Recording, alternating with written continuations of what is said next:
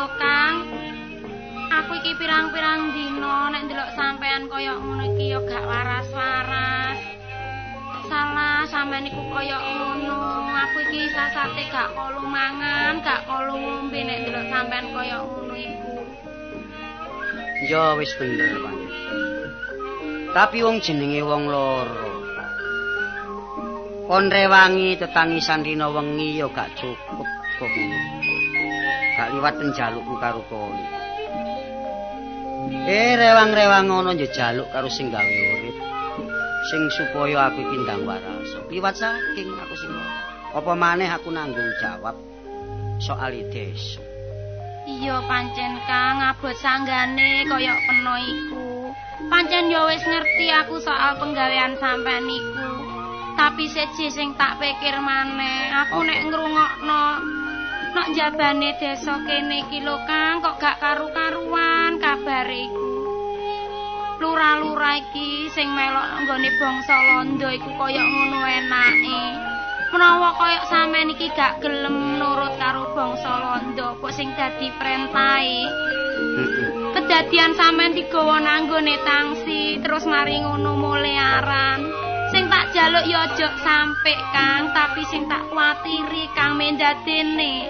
Menawa ana kedadian sing kaya ngono, salah anak sampean ki ya wis gedhe pisan kaya Santi iki. Perkara ngono-ngono iku lak terserah. Nek aku, Dik, dikongkon padha karo lurah-lurah liyane iku gak iso. Sebab aku dadi lurah ana kraton iki gak setahun 2 tahun. Wis puluhan tahun. Iya Kang. Apa sih Dik tegese tembung lurah? Lurah iku sekabeh tumindake dinulu karo rakyat. Sekabeh tumindake dienut karo penduduk. Dalek aku dadi lurah gak kena dinut karo penduduk. Gak iso nggawe bungahe penduduk lan tata raharjane desa. Kaya lurah-lurah liyane iku percuma. Iya, mulane ae sampean tak jaluk. Senajan ana pengaruh teka lurah-lurah liyane, sampean ki dikongkon melok bangsa Londo, Kang. Ojo sampe gelem sakno karo kawulane dhewe ya, Kang ya. Sing tahan uji tak delok ae sampean iki kaya ngene kadhaane. Syukur lek awakmu dhewe penemu kaya ngono. Nang ndi anakmu Santi? Iki nek nggone mburi. Santi. Napa, Mak? Rini ana. Lah napa sih, Pak? Lah apa sih kono mburi? Lho kula nembe mawon dugi saben kok, Pak. Teko sawah. Nggih. Kok sawah nganti yamene sih. Nggih, sebab niku wau kepanggih kalih kadang kula rumiyin niku lho. Kadang sapa? Kang Tejo niku napa? Tejo arek endi? Bambang Sutejo niku lho, Pak. Sing derek kula peguron. Mari nih. Apa? Nggih, kula sanjang menawi desane bapak ngriki niku kesro ngoten. Lak lurah-lurah lintune niku lak sedaya tumut Londo tapak lah kanten bapak piyambak dicepit teng ngriki.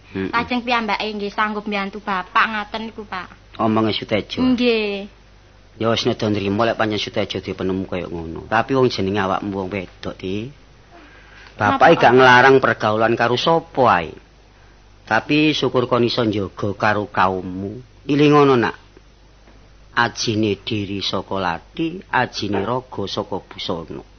Nggih, Pak, luwe-luwe. Dadi lek awakmu iku ngrumangsani dadi anake lurah. Nggih. Ya kudu iso ya apa tata carane kena dinut karo kanca-kancamu sak kelurahan kraton kene kabeh. Lah ngono ah, Mane. Iya pancene, Kang. Ya kono sing ati-ati, Nak, metu sak metu ya. Nggih, Ya ngerti wayan, nek sajake surup nang sawah ya wis nang mule ya. Nggih, Mak. Aja mule bengi-bengi, wong bapakmu iki mungsuhe akeh nek ngene kene. Mek menawa bapakmu gak kenek terus awakmu nduk, aku iki lho kuwatir ngono lho. Wong arane wong tuwa. Nggih, Bapak mawon pun susah-susah lho, Pak, masih sakit, Pak. Ya sapa iku? Mbak jarane kok. Cek delok. Ayo sih, Kang. Sampe temoni ae, Kang. Iya, iya. Aku tak nang mburi. Ayo, Nduk. Monggo, Mak.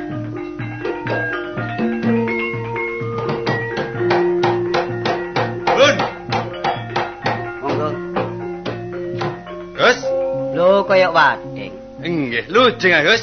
Oh, pangestumu. Kok suwe gak tau kepethuk? Repot, Gus. Nang dia ya, Pak. Pun mboten Karu-karuan sak paran-paran golek pangan. Iya wong jenenge wong urip.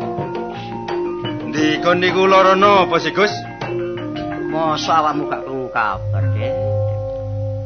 Nek mirenge nggih mireng, mosok dereng oleh tombo mawon. Lah perkara tamba ngono ya olah oleh ae. Tapi wong pancene pangeran durung nakdirno waras apa maneh. Dereng jodoh ngoten ah. Iya, syukur lek awakmu krungu ana wong tuwa ta dukun sing mandi ngono. Awak iki njaluk tulung.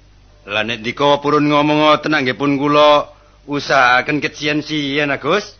Ndika mendel mawon. Awakmu gak tau nyengunguk rene.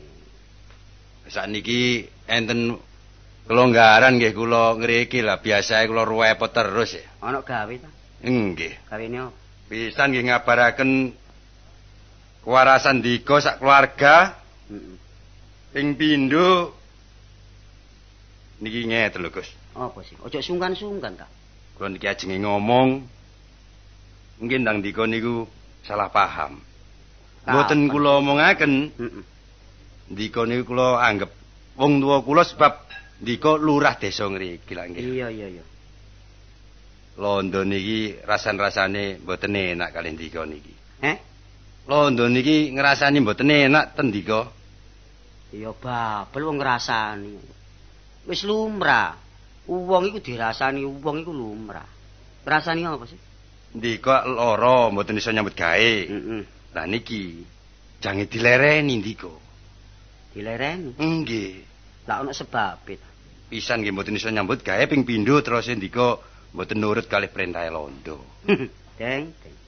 Mestine sing nglereni aku ngono duduk Londo. Mestine sing nglereni aku ngono penduduk. Sebab aku iki dadi lurah penduduk duduk lurah Londo. Lah lek Londo nglereni aku kok nyatane penduduk ya sik seneng. Upamane pendudukku gak seneng. Aku lara lumpuh wis pirang-pirang tahun ki wis dilereni karo pendudukku. Tapi sing netepaken nak Londo aku. Perkara iku gak ngerti wong nyatane ya pendudukku sing milih aku. Lah niki reh dene ndika niku nggih klebu wong tuwa kula nggih. Heeh. Kula ngiman nek sampe ndika niku dilereni. Kula nggih melok lara ati kula. Lah mulane kula ngriki wau nek ndika angsal, Gus. Nek ndika angsal niki nggih. Iya. Dene mboten angsal, nggih monggo kersa. Apa sih? Anak sampean niku kula omongi dhewe mawon. Perlune nek kula dadi mantu ndika, mboten enten tiyang sing wani othik-othik ndika. Awak mekate ngomong ngono urusan Londo dileren. Lho saestu niku. Ngene, Deng. Omongmu ki ya tak tampa ya gak tak tampa. Tak tampane atas penglamaramu iki dasar anakku sik perawan. Upamaku nampik ya gak pantes. Gak tak tampane anakku iki sik seneng gula wentah. Sik seneng golek kaweruh. Dadi iki dina gak iso aku nuruti karepmu iku. Wis mbok kapan-kapan ngono. Ngeten lho, Gus. Tujuan kula niki mboten kok namung milik yoga ndika mboten. Pisan ngeman ndika pun sampe dilereni kali Londo lak ngoten ah. Kon iki apa sih? Omongmu kok muntar-muntir gak karuan. Ola apa kon ngeman aku iku? Bah aku dilereni, bah aku dipateni mergo gak tunduk perintah Londo. Iku lak urusanku ta. Oh ngoten ta. Heeh. Dadi terange yoga ndika mboten angsal kula rabi ngoten ah. Wis terang gak oleh wong arek sik golek kepinteran durung tutup kok. Lah nek panjenengan ngoten sing dadi putusan ndika, Gus. Kula nyampeaken kabar king ngene Londo. Kabar apa? Londo niki ndamel tatanan anyar. Heeh. Penduduk-penduduk sing duwe tanah niku. Sien seprapat ditanduri tebu sing 3 prapat ditanduri tandurane wong pribumi. Iya, biyen. Sakniki diwalik, Gus. Diwalik apa? Sing duwe sawah niku kudu setor 3 prapat. Ten ngene pabrik perlu ditanduri tebu. Lah sing seprapat terserah tanduri napa niku kali penduduk. Ngomongi Londo kaya ngono. Niku kudu dileksanakaken. Ndika sanggup napa mboten? Ngene lho, Deng. Kon tak kandhani. Aku dhewe wis ngerti sambate para penduduk jabane kelurahan kraton kene iki wis aku ngerteni. kabeh padha sambat akeh sing kaliren disebabno ya kaya ngono iku, Mas. Ijane wis kelurahan liya-liya, tunduk patuh perintah londo. Tapi lek kelurahan keraton sing dadi wewengkon kuwi iki, Geng, digawe kaya ngono karo londo, aja maneh loro, mati tak belani gak oleh aku. Lho, lak kaliren pendudukku lak jatur kaya ngono. ndika niku mboten ngrumangsani pun mboten iso mlaku. Omong ndika ngoten niku nek krungu londo napa mboten bebayani, Gus? Bebayane apane? Ndika niku kula eman, Gus. Gak usah kon ngeman aku. Nek ndika pengin urip langgeng, ndika pasrahaken jabatan lurah niku ten kula. Kula aturi rakyat kraton ngriki. Lah lek gelem pendudukku lak ontong kon. Upama pendudukku gak seneng karo aku, wis dilereni biyen. Padeng. Nggih. Kon niku ya penduduk kene. Mbok ya iso ngewangi karo penduduk kene. Malah kon ngomong kaya ngono, pikirin tadi sih. Upama saiki sawah-sawah iku ditanduri tebu sing 3 prapat, sing seprapat ditanduri pari, jagung, kedhel lan yo liyane. Pikirin ta, lek panen apa kate mangan tebu? Mangan tebu ta? Cukup seprapat dipangan penduduk. Negara niki dicekel londo, Gus. Wis ngerti. Enak mboten enak napa jare londo. Nyatane kula manut londo kok nggih mboten kurang sing kula sandang kula pangan. Iku lek kanggo kon. Lah nek penduduk ngriki kula cekel, kula sing dadi lurah. Kula dak nyambut gawe bebarengan kali londo. Kata enake timbang mboten. Ya sake melarati wong kaya ngono. Cekake ndika setuju napa mboten? Gak. Mboten setuju. Enggak. Nggih pun nek ngoten.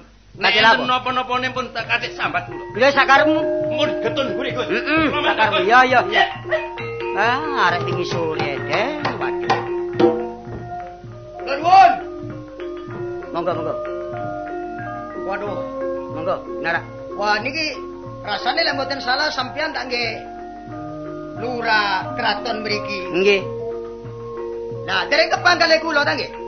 Kok dereng? Kula Nurbidin. Nggih Oh, pun diwedi kalih kula, masih kula nggih, makan nggih. dong ridong ngeten ta nggih? Nggih. Kula kajenge perlu kalih sampean. Nggih.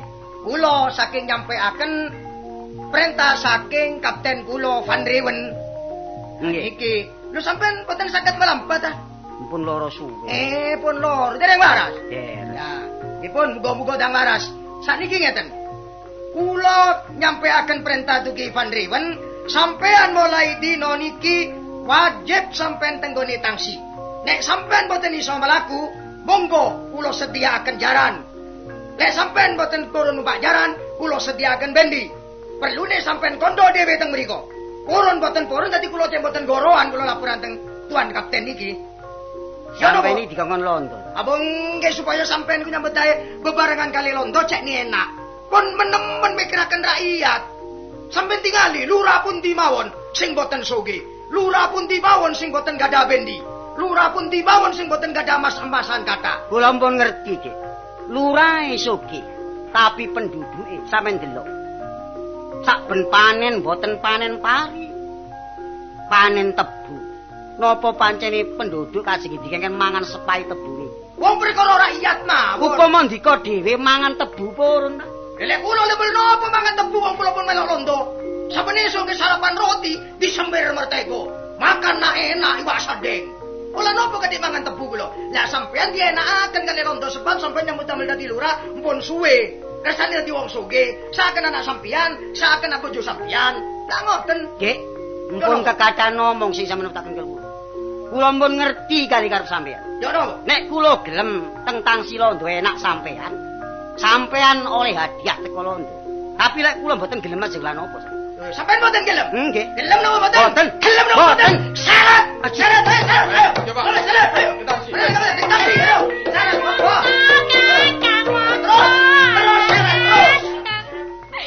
Kang Wongso, ono kedadian kaya ngene.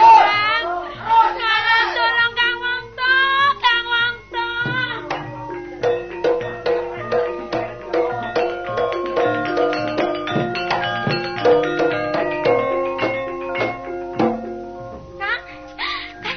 Loh. Napa Sati? Ono apa nangis-nangis? Kaya aku, Kang. Ono apa? Sik tas saiki mangono kedadian gone omah, Kang. Dadian apa Ono apa? Pak ditekani ambek wadeng, Kang. Karepe iku njaluk aku. Bareng ngono bapak gak oleh dadak Wadeng iku mang ngomong njaluk sawah nek sawahe jangan ditanduri tebu. Bapak ya nolak, Kang. Wadeng pancen kurang ajar pancen. Bareng Wadeng mulih Kang dadak londo teko rono, Kang. Gak urung bapakmu digawa nang tangsi Mbak bangsa londo ya. Lho, iki sapa iki? Londo iki. Lho, mosok pangling kene karo aku. Sapa iki? Ya apa? Jojo. Aku lak ya Munawar. Lho, War. Lah kok sampe awakmu pakaian ijo-ijo iki ape lapo kok? Iki sapa nangis? Lho, Santi. Iki sapa sih, Kang? Lho, aku Kang Munawar. Aku nawar. Iki Munawar kancaku ya. Wis gak perlu nangis. Kok macak koyo ngene? Sampai aku macak ngene iki tak critani, Dik. Biyen anane wong tuaku mati kon lak yo eling sih. Matine wong tuaku iki dilebokno kotak sing dipaku. Dadi matine iki gak mati krana alat tapi dipateni karo londo. Lah iki aku mbales dendam. Mulane aku sampe dadi Sora Dadu iki niate dadi mata-mata aku iki. Oh, dadi kepingin meruhi ya apa karepe londo? Ya apa londo ana sing ana daerah Probolinggo Pesuruan kene iki karepe ya apa karo penduduk ana di tanah Jawa kene. Tapi terus karepe londo ya apa? Apa perlu dina iki golek aku panjenengan? Lho, jelas. Iki monco pat negara wis padha diwelingi kabeh nek jangin nyekel Sutejo. Lah terus kabare bapakne Santi mau apa ro? Lho, iki ngene. Iki digawa nang tangsine londo. Wis diajar kaya raja kaya nek perlu dipateni. Oh, ngono. Aja kesuwen. Ayo, londo. Ayo.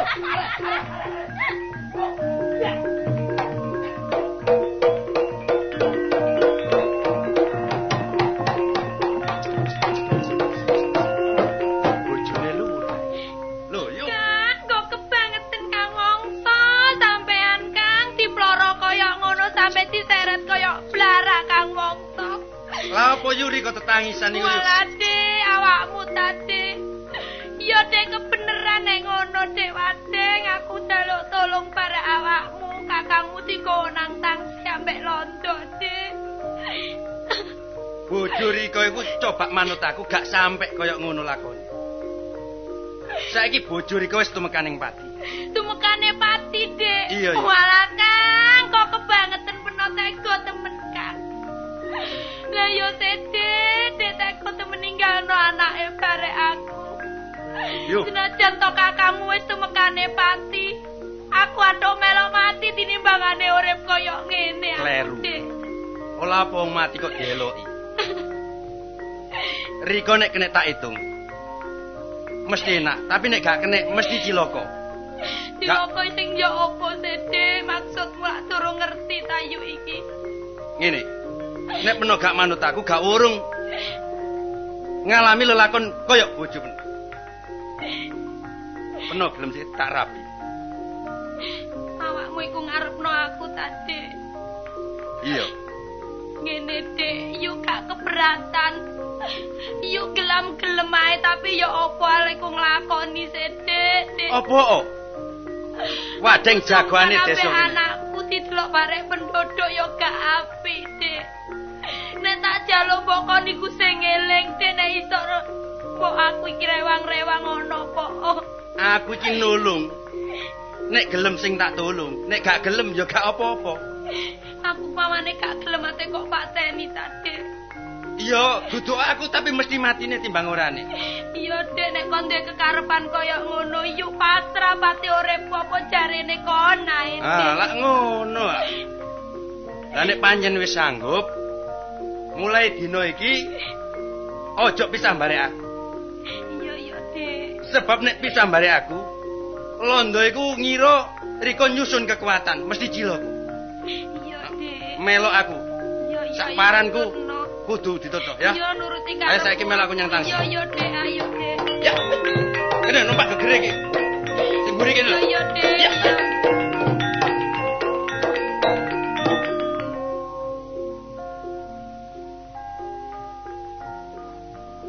Ini bagaimana Kapiten? Apa itu Munawar sudah mungar dari sini? Apa? Bicara apa itu? Mungar itu? Sudah berhenti jadi Belanda. Oh, melarikan diri. Iya. Ya, tidak apa. Itu bahaya Kapiten. Tapi kalau ketemu di mana jalan mesti saya tembak. Tapi Tuan Kapten. Oh, tapi. Aduh, tenang Sabar, saja. pelan-pelan saja bicara. Ah, sudah Tuan Kapten. Kasih minum dulu. Ah, sudah Tuan. Kasih minum dulu. Ini saya sudah datang ke keraton. Iya. Sudah datang di Lurawongso. Wah, cilaka Lurawongso tidak bisa jalan.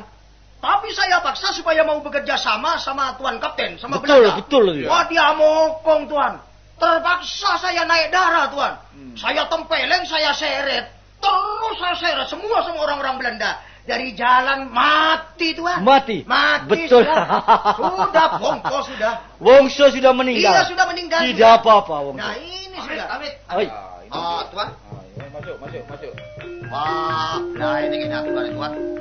Ada apa? Aku laporan. Sakmarine Nur Bidin nyeret Wongso. Iya. Kraton. Dadak Bambang Sutejo ngamuk saiki. Ngamuk? Amit. Waduh. Ndoro, yo nopo niki? Napa? Ono ya, nopo? Wah, Ono Sutejo ngamuk.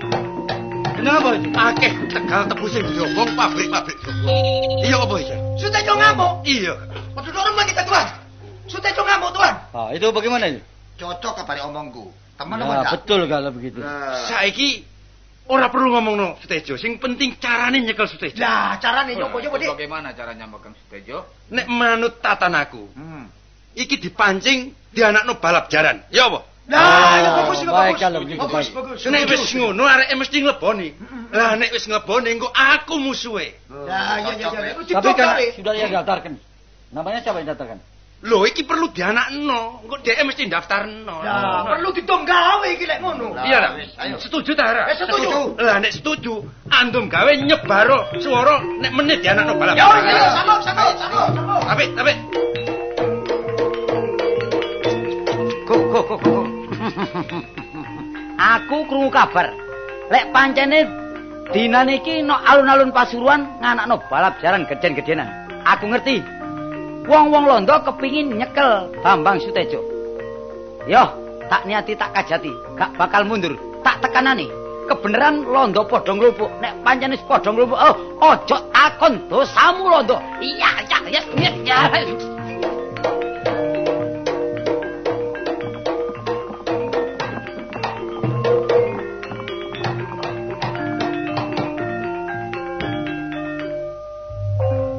Ya apa? Calon-calon sing melok balapan iki wis ngelompok kabeh ta? Bapak di absen satu persatu. Iki tak absen rungokno. Lurah Telocor. Boten. Grati. Gondang Legi. Pandaan. Randu Pitu. Lurah Raji bareng wis ono iki. Kali Anyar. Ya wis. Toto ya. Hai, siapa ini? Sapa iki? Aku Bambang Sutejo. Adalah apa? Aku melok ngeleboni balap jaran iki. Oh, masuk ya. Ate melok balap jaran. Halo, jaranku putih, jaran Endi? putih mayang sete kok. Iko jaran. Ya iku jaranku. Oh iya. Tejo, Yo. sakjane pendaftaran iki wis ditutup. Tapi nek kon meksa, iya tak lilani. Cuma ono sanksine. Karepmu. Nek peno menang oleh hadiah tapi nek kalah diketok gulumu ya Allah. Ya wis, sembarang aku gelem. Berani kalau. Wani. Wani temen. Wani. Ora trimo iku tok lho ya. Terus, Kejaba iku jaranmu dirampas. gak apa-apa. Wani. Ya wis, gak apa-apa. Ayo wis. Oh, berani betul. Ya, Roh. Ayo, mulai. Kula mawon sing damel jokine. Oh Nggih, iya. jaran diko kula cekele, kula mawon sing jokene nggih. Iya. Kula deke arene. Diko sukane apa-apa. Ayo.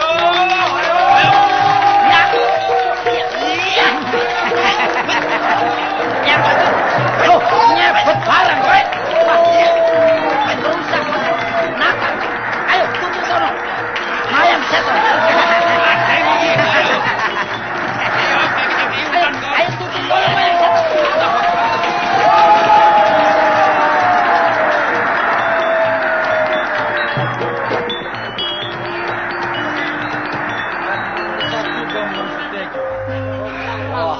Dulur-dulur. Sing menang jaran putih jenenge Mayang Seto. Jenenge jokine Bambang Sutejo. arek teko ereng-erenge Gunung Bromo. Nah, naik saja. Bambang Sutejo, wayahe nampa hadiah teko londo. Munggah nyang panggung kehormatan. Naik. Cepat naik. Wis saiki lek pancene jaranku sing menang, aku lek hadiah saka bangsa Londo. Ndi hadiah? Iya. Nak, Sopo iki? Bambang Sutejo. Kuduno nak kono iso aja munggah nang panggung nak, temen. Wedok-wedok melok-melok Kuduno temen yo Enten nak apa? yo temen. Nyoh iki nak, hadiah. aja. Londo 1 2 3. Mati kok. Walana kontarene dulur tunggal guru karo anakku Santi. Loh, Kaliwat aku titip bare adekmu Santi yo nak Bambang Sutejo wis Dadi sampeyan iku tiyang sepuhe Santi. Iya. Loh, Bu. Aduh. Bu. Bu. Aduh, mati. Londo gak kena disabar. Ayo, Londo ngene iki lho. Bambang Sutejo. ya lho. Sing mati dadak duduk Bambang Sutejo. Tapi tilasane lurah Wongso. Bangsat Bambang Sutejo. Ayo, Waden. Kon kepethuk barek aku saiki. Ayo, keturutan saiki dep-depan padha lanang ya. Pancen iki sing tak arep-arep. Kapan boyaku sok arep karo Rik. Oh, kesuwen iya.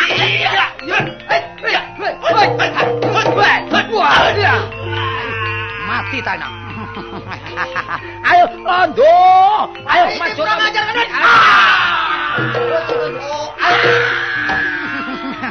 Oi, jangan lari. Jangan lari. Ambelas. Ayo, iki Londo.